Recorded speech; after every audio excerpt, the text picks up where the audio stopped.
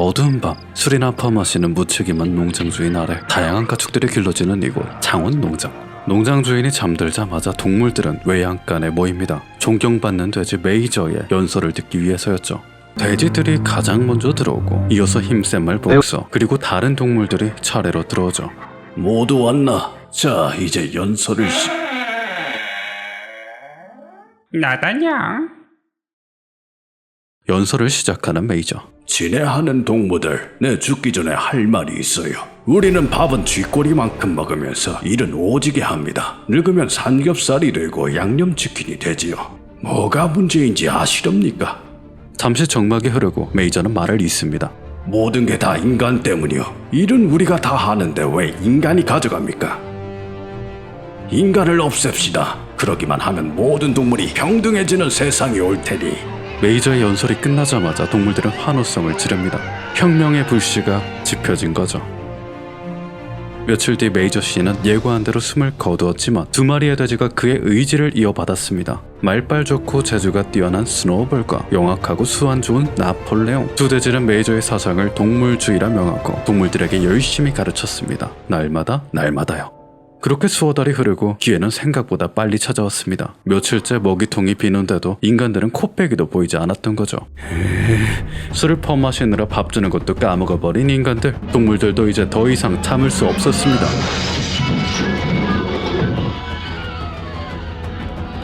그제서야 기어들어온 농장 주인이 이놈들아 뭐하는 거야? 능숙하게 채찍질을 해야 됐지만 동물들은 이미 마탱이가 가버린 상황. 인간적으로 밥은 줘라. 동물들의 예상치 못한 반응에 인간들은 어찌 해보지도 못한 채 허겁지겁 런해버리죠. 드디어 인간을 몰아내고 혁명에 성공한 겁니다. 이제 잘다. 이 농장은 이제 동물 겁니다. 가장 먼저 스노우볼이 앞장서서 농장 이름을 동물농장으로 바꾸고는 법을 제정하여 눈에 잘 띄는 벽에다 적어놨습니다. 여기 적힌 법은 영원히 지켜야 할 불변의 규칙입니다. 그 내용은 이러했습니다. 인간은 적이다. 모든 동물은 평등하다. 어떤 동물도 침대에 누우면 안 된다. 어떤 동물도 술을 마시면 안 된다. 아 뭐라고 적혀있는겨? 7줄을 언제 다 외워요? 알파벳 A조차 제대로 못 외운 돌대가리 짐승들. 스노볼은 잠시 고민을 하더니 한 줄 요약을 해주죠. 네 발은 좋고 두 발은 나쁘다. 아니, 새는 어떡하라고요? 날개도 추진 기간이니까 발임. 아하. 동물들은 모두 몹시 흡족해하며 고개를 끄덕였죠. 네 발은 좋고 두 발은 나쁘다. 참 좋은 울림이었습니다. 동물농장의 새 아침이 밝았습니다. 스노볼과 나폴레옹이 동물농장의 새로운 지도자가 되었고 그들의 지시 아래 농장일은 술술 풀려나갔죠. 힘센 말 복서가 앞장서면 어떤 오리는 잡초를 뜯고 어떤 당나귀는 수레를 끌고 어떤 돼지는 새끼 강아지를 납치하고 어떤 소는 건초를 옮깁니다. 모든 동물이 한 마리도 빠짐없이 열심히 일했죠.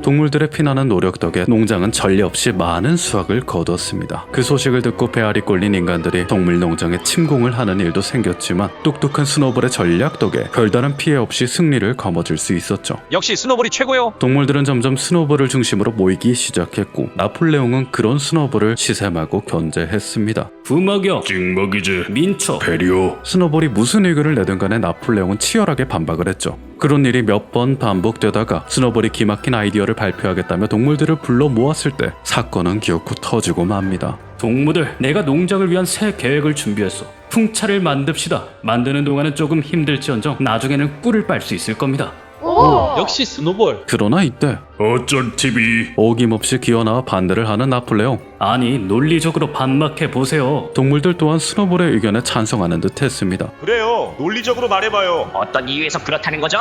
어쩔 닌텐도 스위치. 아니, 봐봐요. 논리적으로 나폴레옹의 날카로운 멱다는 소리 뒤로 잠시 정막이 흐르는 듯 하더니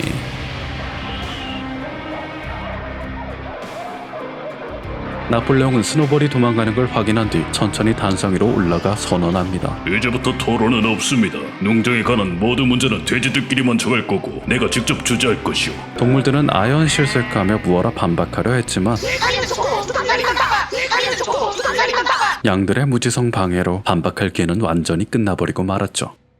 이제 의견을 나누던 토론 시간은 나폴레옹이 가장 높은 연단에 올라서서 바닥에 앉은 동물에게 일방적인 연설을 하는 시간이 되었습니다. 자, 우선 풍차부터 만듭시다. 풍차요? 그건 스노볼이. 나폴레옹이 가장 먼저 생각한 아이디어인데 스노볼이 훔쳐간 겁니다. 동물들은 이해가 가지 않았지만 모두 수긍했습니다. 아, 참, 그리고 풍차 건설에 부족한 자재는 인간과 거래해서 얻으려고 합니다. 네? 예? 인간들과 절대로 거래하지 않는다고 합의했던 것 같은데요? 증거 있습니까? 기록이라도 했습니까? 물론 기록은 없었습니다. 그럼 그렇지, 내 기억이 잘못된 거지. 동물들은 자신들이 잘못 알고 있었다는 사실에 안도했죠. 이후 거래에 사용할 달걀을 모두 몰수하겠다는 일방적 발표에 닭들은 거세게 저항했지만 암탉 9마리가 싸늘한 주검으로 발견되고부터는 언제 그랬냐는 듯 수긍하고 제자리로 돌아갔습니다. 그해 1년 동안 동물들은 노예처럼 일했습니다. 신난다. 힘들고 더딘 작업에도 그들은 정말 행복해했죠. 인간이 아닌 동물을 위한 희생이니까. 걱정 가득했던 인간과의 거래도 나폴레옹에게 굽신굽신대는 인간의 모습을 보고 나니 기분이가 안 좋을 수가 없었죠. 마, 이게 동물이다. 돼지들은 이때쯤부터 인간에 부엌에서 식사를 하고 침대에서 잠을 자기 시작했습니다. 그러면 안 된다는 규칙이 있었던 것 같아 혹시 몰라 벽을 확인해 봤지만 다행히도 어떤 동물도 시트를 깐 침대에 누우면 안 된다 라고 똑똑히 적혀 있었습니다. 아마 벽에 그렇게 적혀 있으니 틀림없겠죠. 아무렴 동물들은 행복합니다. 풍차를 생각하면 그 어떤 일도 감수할 수 있었죠. 완성에 가까워지는 풍차를 올려볼 때마다 동물들은 형용할 수 없는 도취감을 느꼈습니다. 바람이 세차게 부는 어느 날 바깥에서 묘한 굉음이 들렸습니다. 태풍이 지나간다던데. 다음날 아침 동물들이 우리 밖으로 뛰쳐나가 보니 웬일인걸.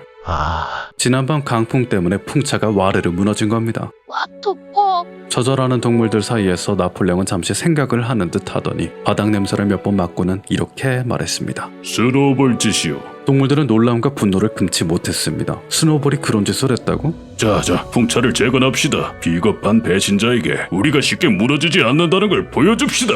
그날 이후로 소문은 점점 부풀어만 갔습니다. 스노볼은 원래부터 인간의 스파이였으며 지금도 앞잡이 노릇을 하고 있다고. 매일 밤마다 스노볼이 동물농장에 몰래 잠입하고는 창문을 깨거나 열쇠를 훔치면서 이를 방해하고 있다고요. 그렇게 소문만 무성하던 어느 날 나폴레옹은 급히 전할 말이 있다며 동물들을 집합시켰습니다. 다 왔군. 그러더니 갑자기 개들이 동물들에게 뛰어들더니 돼지 4마리를 질질 끌고 나왔죠. 스파이들아, 어서 자백해라. 스노볼과 내통했지. 맞습니다. 그 말이 끝나자마자 개들은 돼지들의 목덜미를 무자비하게 물어뜯었습니다. 다음. 놀랍게도 돼지가 끝이 아니었습니다. 이후 거의 다 양들이 차례로 끌려나와 범행을 자백하고 숙청을 당했죠. 나폴레옹의 발 앞에는 동물들의 시체가 산더미처럼 쌓였고 바닥은 동물들의 피로 축축하게 젖어갔습니다. 동물들은 스노볼의 배신 행위와 직접 목격한 잔인한 응징 중에서 어느 쪽이 더 충격인지 알 수 없었습니다. 다음날이 되고 어느 정도 충격이 가시자 몇몇 동물들은 지난밤 일에 의문을 갖기 시작했습니다. 분명 다른 동물을 죽이면 안 된다가 있었던 것 같은데, 그러나 벽을 살펴보니 어떤 동물도 이유 없이 다른 동물을 죽여선 안 된다 라고 적혀 있었습니다. 나폴레옹은 법을 어긴 게 아니었습니다. 반역자를 찢어 죽인 건 그럴 만한 이유가 있었던 거죠. 참 다행입니다. 그로부터 며칠 뒤엔가 마당에서 쿵 소리가 나서 동물들이 따라가 보니 엎어져서 바들바들 떠는 돼지 옆에 페인트통과 부러진 사다리가 놓여 있었습니다. 헛간 벽에는 어떤 동물도 너무 많이 술을 마시면 안 된다고 적혀 있었죠. 그날따라 돼지들은 얼굴이 벌개진 채 중환자처럼 비실비실 걸어다녔습니다. 참 이상한 노릇이죠. 풍차만 지어지면 다 괜찮아질 거야. 그해 내내 동물들은 더욱 열심히 일했고 드디어 기다리고 기다리던 풍차가 완성되었죠. 동물들은 모두 기뻐하며 환호성을 질렀습니다. 새로 지은 풍차는 너무나도 튼튼해서 폭탄이라도 쓰지 않는 이상 무너질 일은 없어 보였죠. 그러던 찰나 이런 주제 넘은 녀석들. 인간들이 나타났어. 난데없이 총으로 무장한 인간들이 쳐들어오고 있었습니다. 동물들은 당황스러워할 기색도 없이 맞서 싸워! 용감히 뛰쳐나가 적과 맞섰지만 그들이 가진 신식 샷건에는 속수무책이었죠. 함께 뛰어든 동료는 핏덩이가 되어 바닥에 나뒹굴었고 동물들은 그제야 두려움에 주춤하기 시작했습니다. 그런데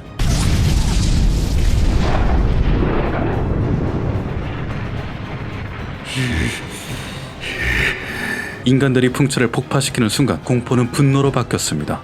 죽여 이 갓나라. 오케이. 눈알이 뒤집힌 동물들은 빗발치는 총알에도 불구하고 죽어라 달려들었습니다. 인간들은 결국 기세를 당해내지 못하고 도망쳤습니다. 또 한 번 인간으로부터 농장을 지켜내는 위협을 달성한 거죠. 그러나 그들의 몸에 새겨진 상처 뒤로 동지들의 수많은 사체와 무너진 풍차가 있었고 동물들은 몹시 슬퍼했습니다. 돼지들만 제외하고요. 또 지으면 되지 뭘 크크. 돼지들은 승리에 자축하며 진심으로 행복해했습니다. 이상하게도 그들의 몸에는 생채기 하나 보이지 않았죠.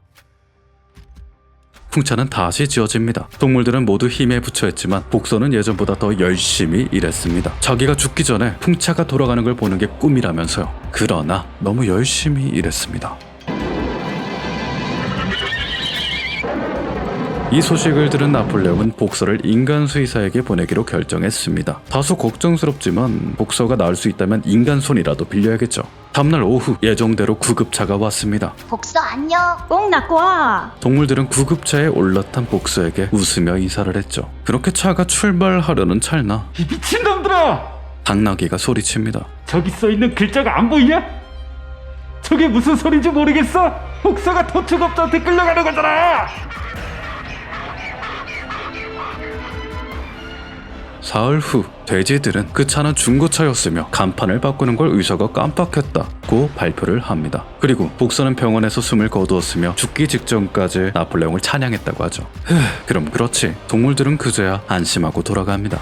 며칠 뒤 돼지들이 어디에선가 돈을 구해 위스키 한 상자를 더 사들였다는 소문이 나돌았습니다.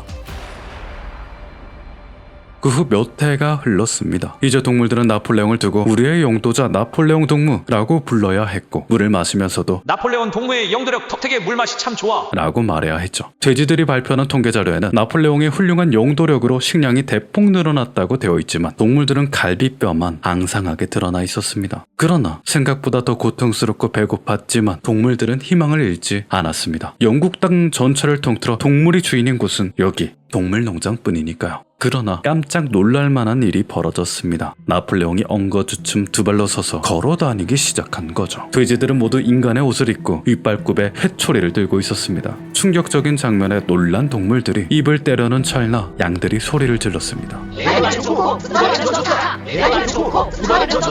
그날 헛간 벽에는 단 하나의 계명만이 적혀 있었습니다. 모든 동물은 평등하다. 그러나 어떤 동물은 다른 동물보다 더 평등하다.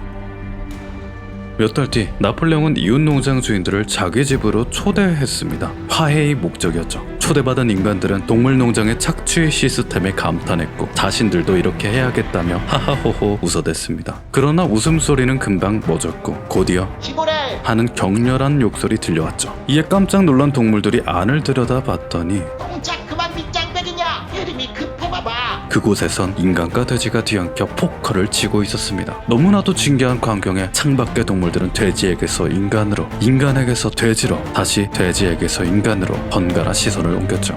그러나 이제 동물들은 누가 돼지고 누가 인간인지, 어느 것이 어느 것인지 도저히 구별할 수 없었습니다.